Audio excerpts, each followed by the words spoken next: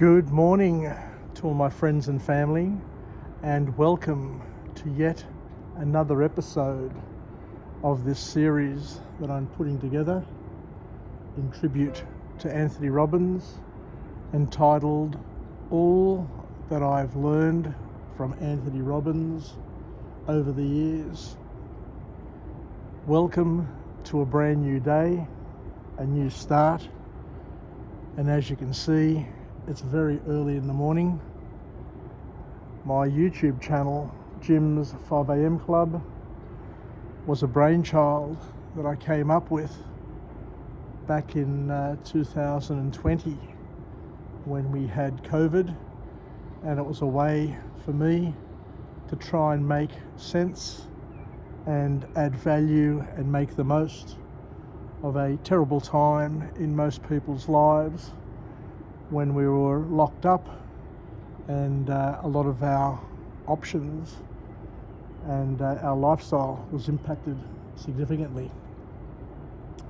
So what I want to do today is, I think this is episode number 15, and what I'm doing is just capturing as best I can all of the key learnings that I've been able to accumulate from my readings of Anthony Robbins' books, from my attendance to 3 of his UPW seminars, and the most recent one was this year, 2023, and I'd also attended 2 back in the mid-90s, in 94 and 95. The first one was with my work peers, and the second one was with my wife. And I've also listened to a number of his tape series back in the good old days where cars used to have tape recorders or tape deck systems where you'd place a tape in there and you listen to something, and then you'd rewind it or turn it to the other side to listen to side B. And there's a lot of material that Anthony Robbins and many other public speakers, leaders in their field, have provided us over the years. I'm also fortunate to have been to a seminar by Jim Rohn, by Steve Covey. I've done the program from Pacific Institute that was led by a fellow called Lou Tice. I've been to a seminar with Tony Robbins, who's the father of mind mapping. So I have invested heavily in my own personal growth and development, and what I'd like to do is take the material that I've been able to, receive over the years, and to pass it on in a tape or a video series. And just recently at the Anthony Robbins seminar, we heard that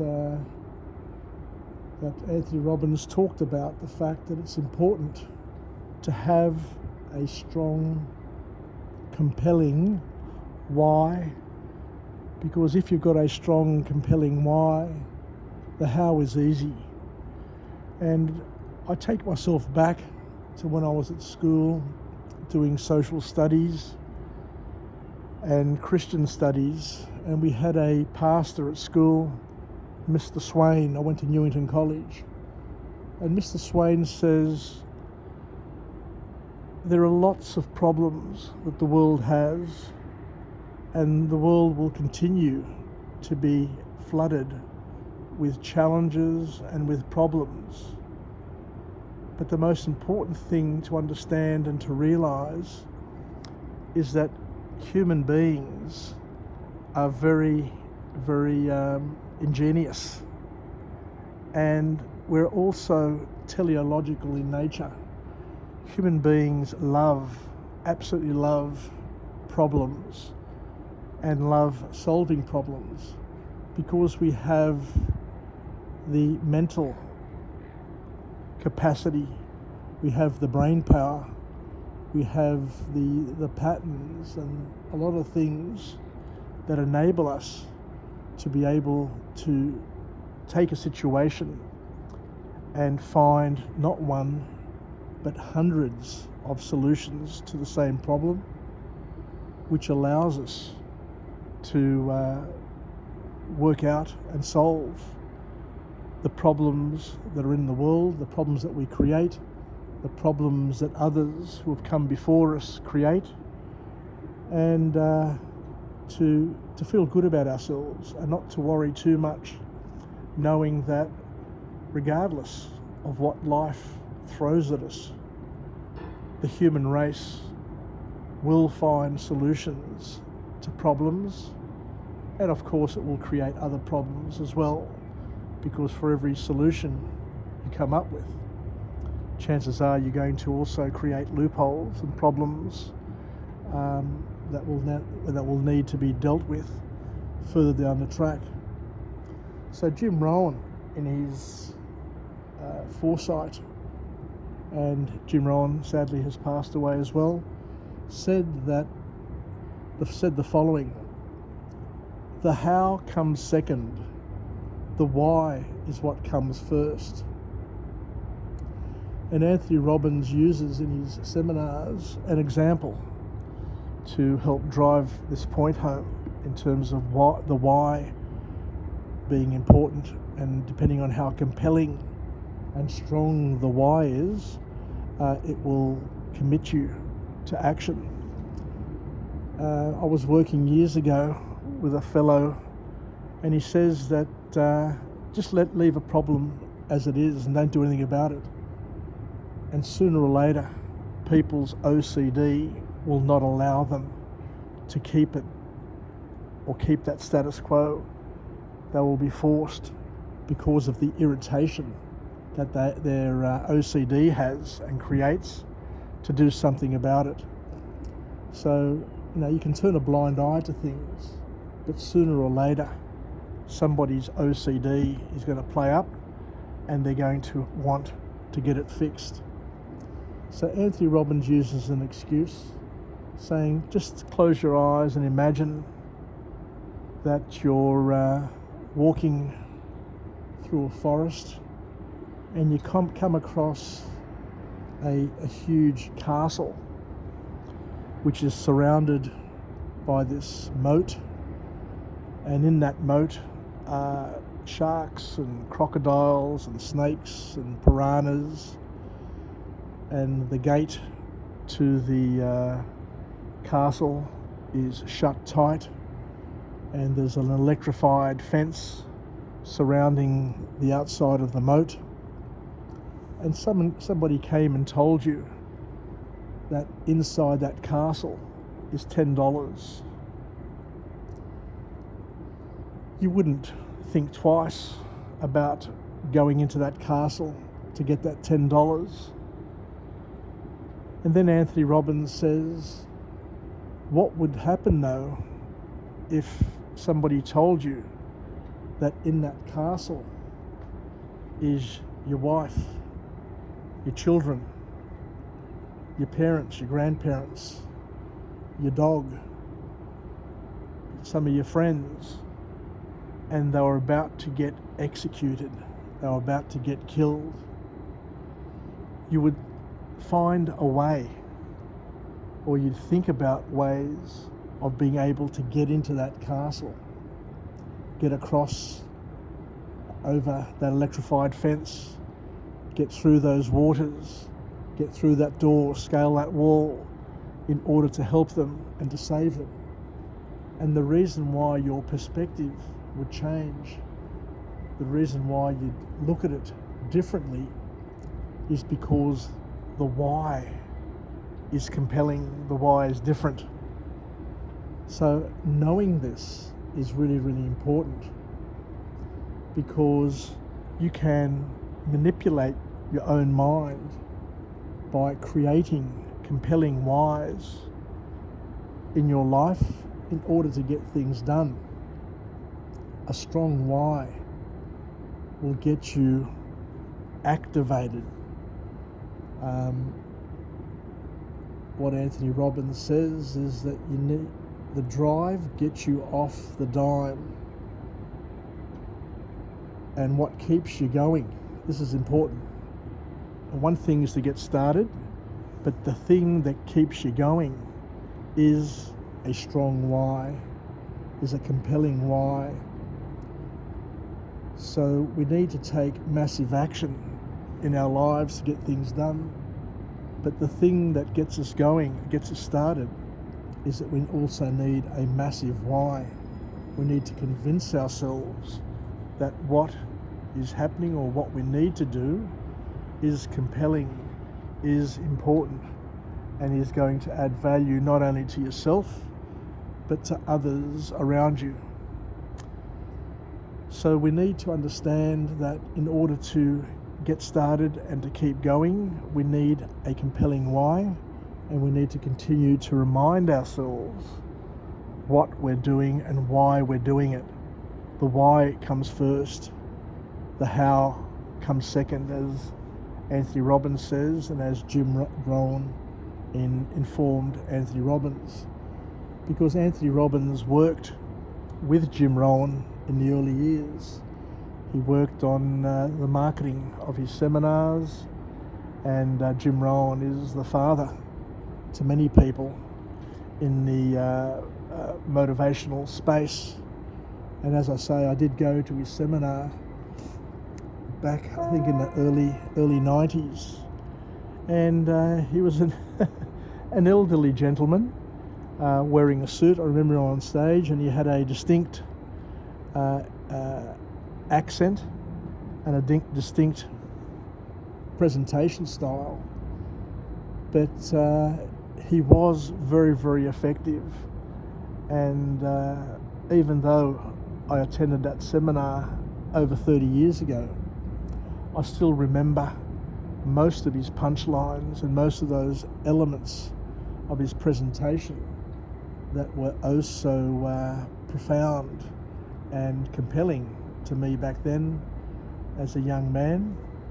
And hopefully I can also relay some of those learnings from back in the days when I did attend a lot of seminars, and I did read many, many books. At one point I was reading a book a week and just thriving and just loving the opportunity to continue to grow and develop personally and mentally as well.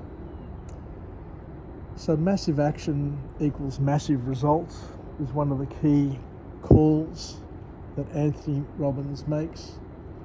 And he also says that it's important to have the best coaches that you can afford. And he uses another example. And I've read Tiger Woods' book, his autobiography, and I was really, really impressed from what I read. And for those who are not aware, Tiger Woods is a golfer, but he exploded onto the scene as a 19-year-old and was unbeatable. He won major after major, and he looked like he was going to go on forever until he had some issues that popped up in his personal life, which distracted him and I guess ended his momentum. But back then, as a 19-year-old, the media took a liking to him and called him an overnight sensation, just like they call lots of sports stars. They seem to discover them and call them an overnight sensation. But Tiger Woods was anything but an overnight sensation. He was introduced to golf from his father at the age of 3, and he had a purpose and just practiced in a purposeful way, and had lots of coaches along the way. And this is something that Anthony Robbins harps upon, the importance of having the best coach to help you develop the process, to introduce you to a process, and for you to understand that in order to be great, there is a process that you need to follow. There is a process that you need to respect, and you need to train, you need to practice to get to number one. And as other great golfers have also informed us, the shark, Greg Norman, also said that you have to practice hard and purposefully to get to number one, and then you have to practice harder and more intently to stay there. You know, some wise words. But what we learnt about Tiger Woods is that his father was really, really good at helping Tiger Woods plan and visualize and decide what he had to do and what he needed to do in order to get to number one.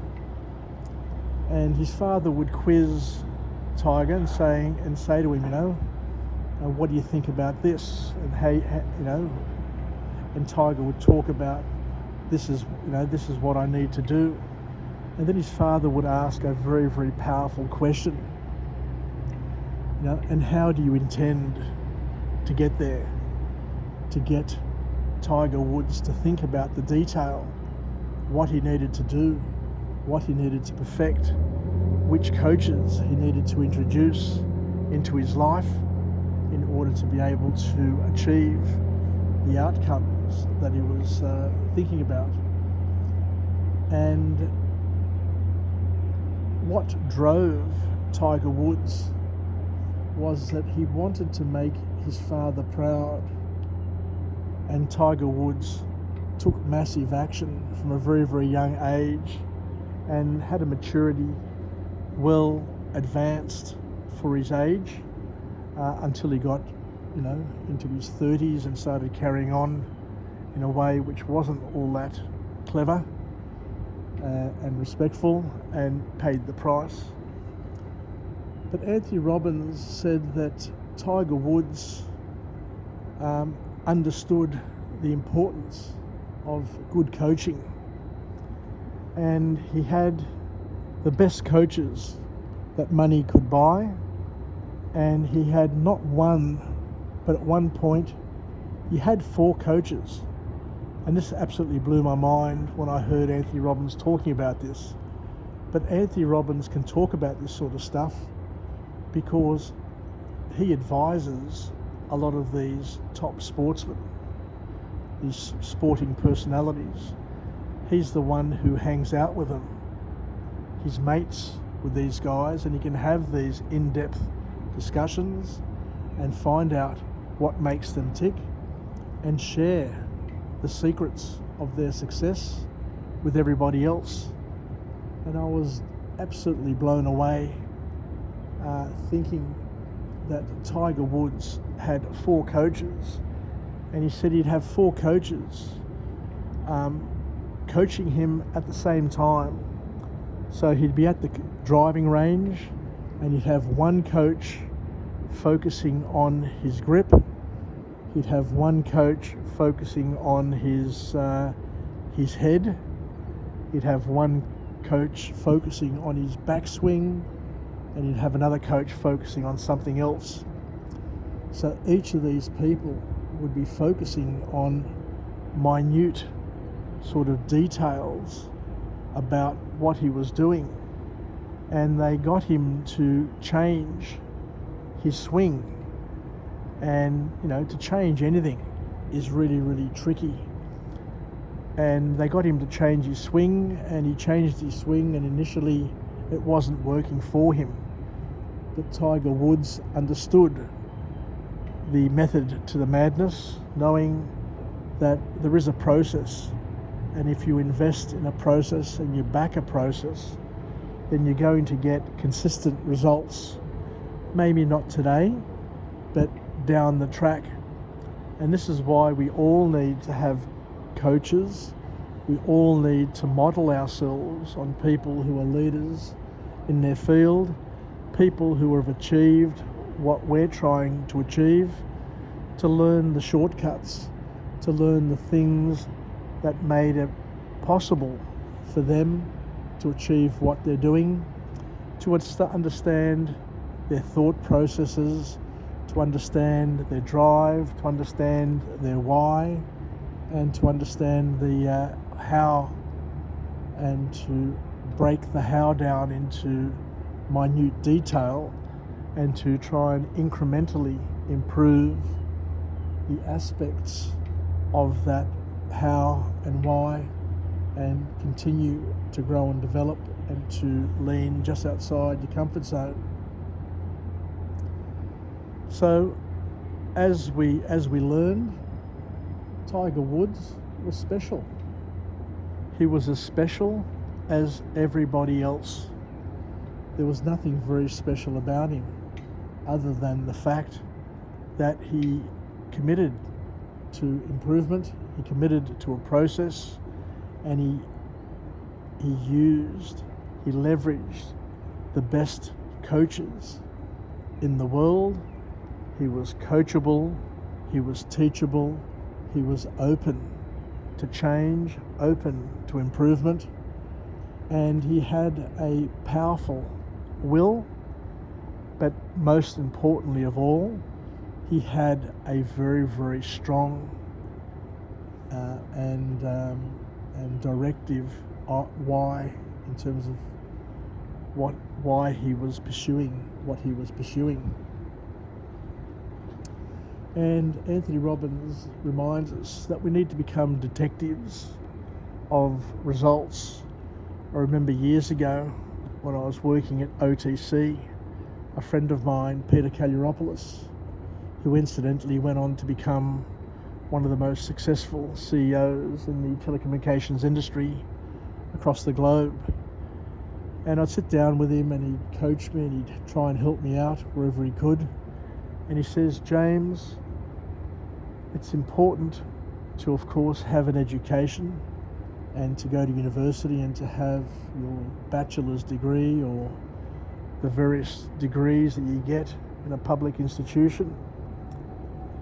But he told me something really wise and really powerful. He says that whilst all the degrees in the world are great and they'll get you a job, they'll get you in to an organisation, it's what you do once you're in an organisation, once you're working, that will set you apart and will make you a great leader.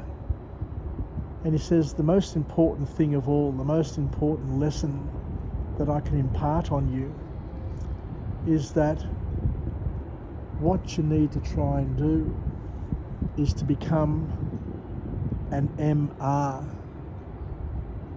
An MR. And I looked at him with a puzzled look and I said to him, Peter, what the hell is an MR? I've never heard of an MR.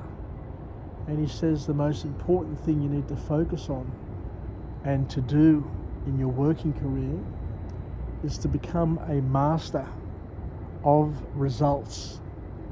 Doesn't matter what you talk about, doesn't matter what you think, you've got to be able to execute and get results from those things, and those results are what matter. And in order to get the results means that you need to embrace problems and challenges. You need to find solutions. You need to be an options thinker. You need to have a plan A, a plan B, a plan C, and you need to be able to understand patterns and to implement patterns and create patterns and to experiment and to not be overwhelmed with problems, but to know that the more problems you solve, the better you're going to be at what you're doing, and you're going to be in a clear space, because most people don't want problems. Most people shy away from problems. Most people talk about things and claim to do things, but end up doing nothing. So the key message from Peter Kalliopoulos, is to commit to execution and to get results and to keep on going and to keep on perfecting and to keep on improving and to keep on progressing, knowing that the world is constantly changing and today's solution is not good enough to get us to tomorrow, because today's 8s are tomorrow's 6s, and we need to keep on evolving, we need to keep on growing, we need to keep on expanding, we need to keep on pushing ourselves and not to rest on our laurels. And Peter Kalliopoulos was a voracious reader of books, but what I love most about Peter is that not only did he read books, but he'd take the lessons from those books that he'd read and he'd implement them, he'd talk about them, he'd action them. Now he was living the learnings, whereas other people were just philosophizing and just talking about what they'd learned. Peter was reading and implementing what he was doing,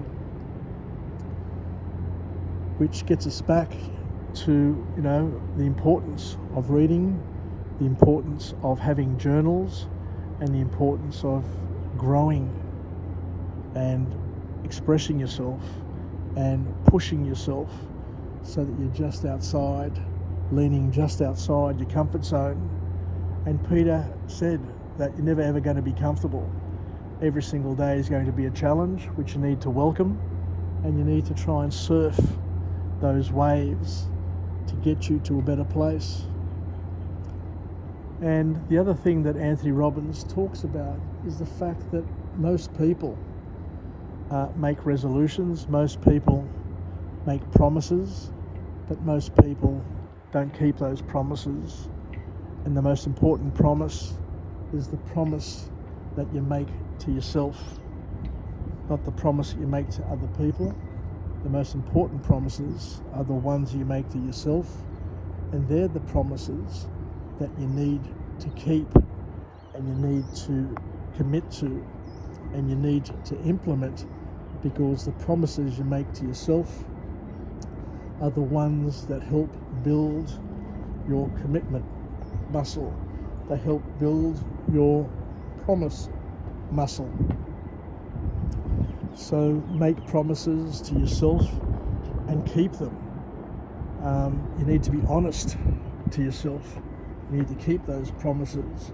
And Deepak Chopra, who's yet another person that I've seen in seminar back in the 90s, and I remember going to his seminar and just being mesmerized by his hypnotic voice, where he talks about things that make tremendous sense and give us hope, and he's able to take things that are culturally different from a scientific, from a medical perspective, and help us see ourselves and our place in the world differently from what other people have told us over the years.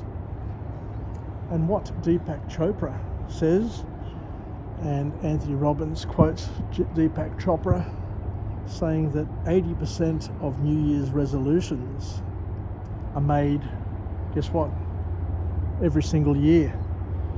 People make the same resolution every year, and I'm the same. I can put my hand up and say that every single year I end up making the same New Year's resolution, and I think by the 16th of January or the 14th of January, most people have broken that resolution and are back to square one, back to their old habits, with no changes made. So it's important to understand that we need to check in on what we're doing, what we're thinking, how we're living, because life gets in the way. We lose our way, but unless we have somebody to help keep us honest,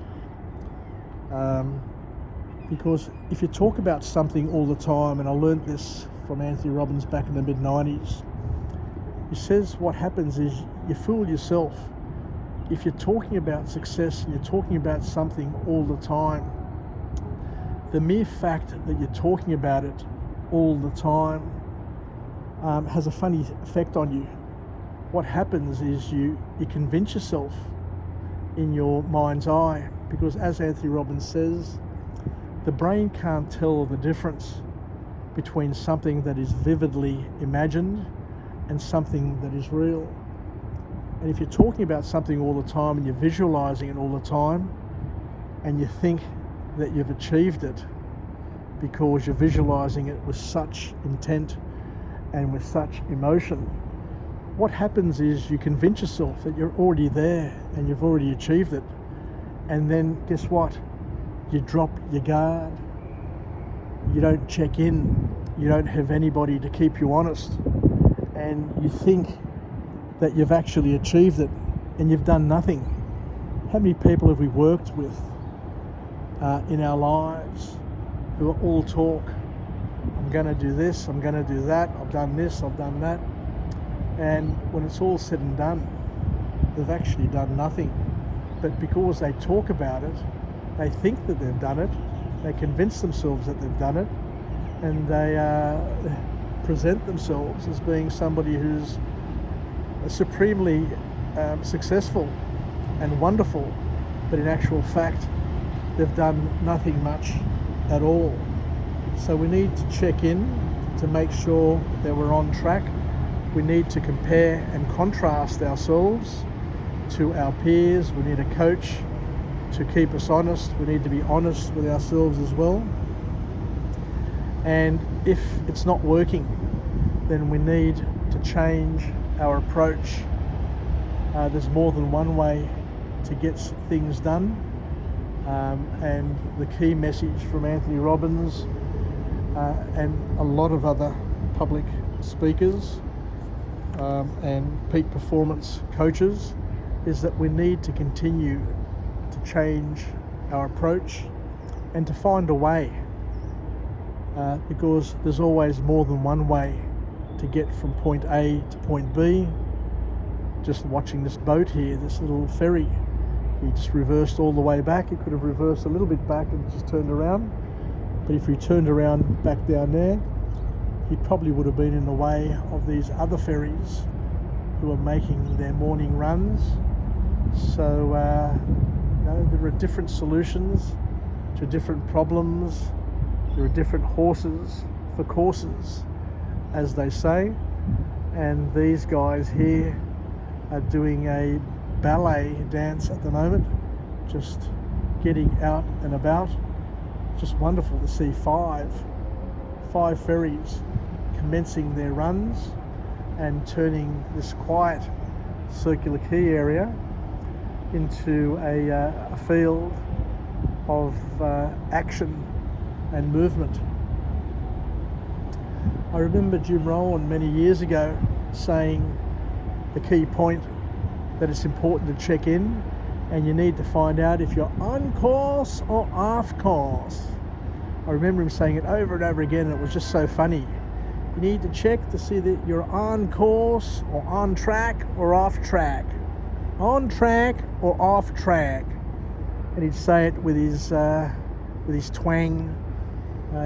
He always used to say he's a potato farmer from Ohio. I remember him saying that he's a simple person, and if he can do it, and if he can understand it, and if he can get it right, then anybody can. And once again, Anthony Robbins always uses the example of a plane. We could always say the same thing about a boat, that a boat is never on course, never on track, but it's adjusting its direction, it's adjusting where it's going as it moves. This ferry here is coming out from under the bridge, and it's turning now. It's turning to where it needs to go, and it's never completely on track, but it adjusts itself along the way. And that's one of the key lessons that we all need to learn in our life, that it's all about progress. It's not about perfection. And the more momentum you have, the more action you take, then the more outcomes you achieve. And then you ask yourself the question, you check in, is this outcome the outcome that I want? Is this the outcome that I expected? If it is, keep on doing what you're doing. If it's not, then change your approach to get what you're trying to achieve. So once again, it's all about adjusting and varying your approach, knowing very well that along the way we're going to get buffeted by winds, we're going to get moved by currents, there are going to be things that are going to be happening, life gets in the way. And what happens to many people, and it happens to all of us at some point, is that we get distracted, and we get distracted very, very easily. And it's these distractions that take you off course, and these distractions which end up with your boat getting smashing into the rocks, or ending up in a completely different place to where you intended to go in the first place. Because we all really, really mean to do things.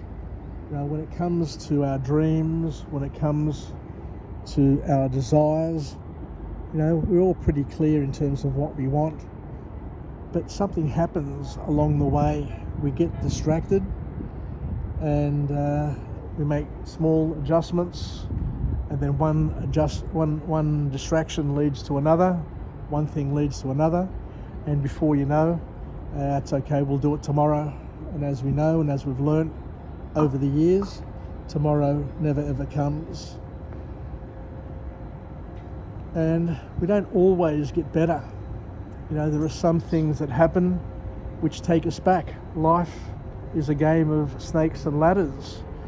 You climb, you slide down, you hit dead ends, you meander round and round and round about, you go in circles. Life is never a straight path.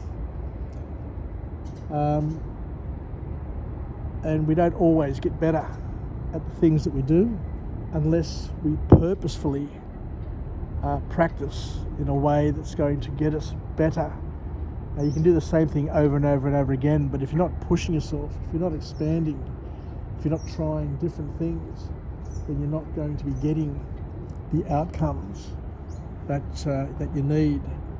So what we need to do is we need to move further down the path, and then to see and check in, to ask ourselves, what more can I do to get me closer to where I need to go? What adjustments do I need to make? Who do I need to consult in order to get a better outcome?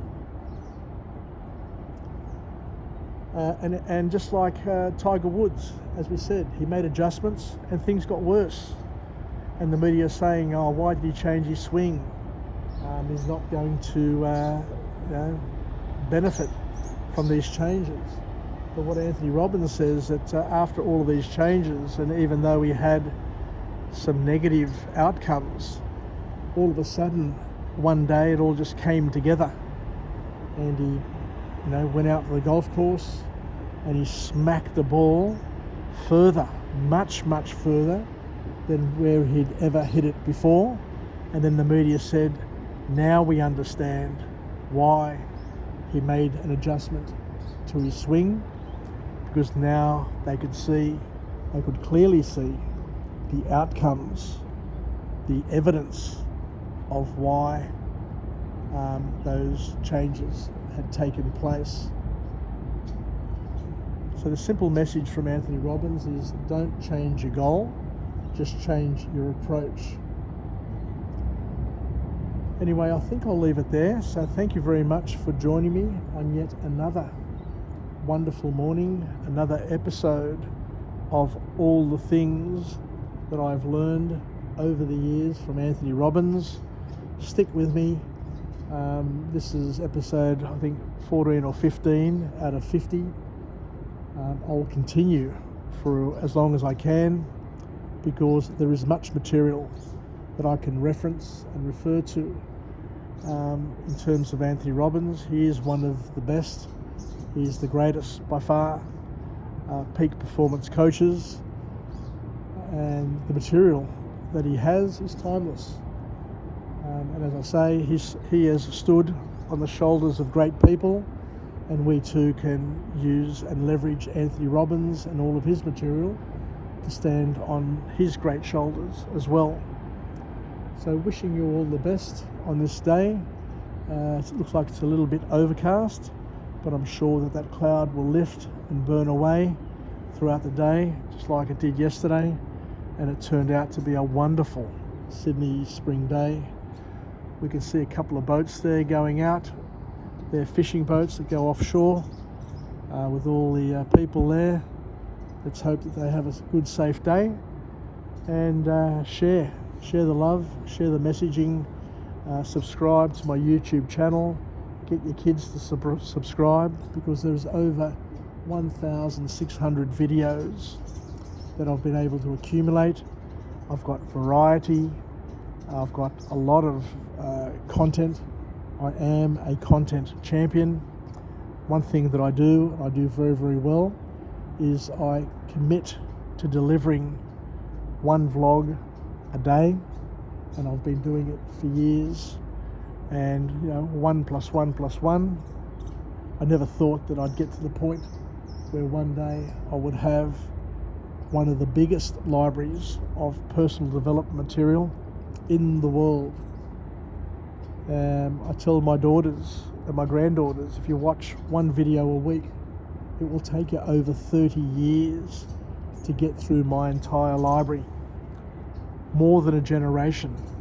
And if you watched one a day, it would take more than 3 years to complete the program. It's almost a university degree in terms of material that I've been able to piece together. And one of the great things about doing what I'm doing is it's an opportunity for me to grow and develop. It's an opportunity for me to learn, knowing that learning is the art of attaching the unknown to the known. The more you know, the more you're capable of knowing, and to apply that knowledge. Applied knowledge is the key, so that we can use it and we can grow and develop, and to live, learn and pass it on. So once again, take care. I look forward to coming to you from a different place with a different message of empowerment, knowing that every single day of our lives is completely different. We don't know where today is going to take us, and most certainly we don't know what is going to be happening tomorrow. Hopefully much of the same, with steady increments and improvements rather than radical changes. But once again, we don't know. Take care, enjoy your life, enjoy your day, and live with passion, as Anthony Robbins says. Live with passion. Take care, yasas, and bye for now.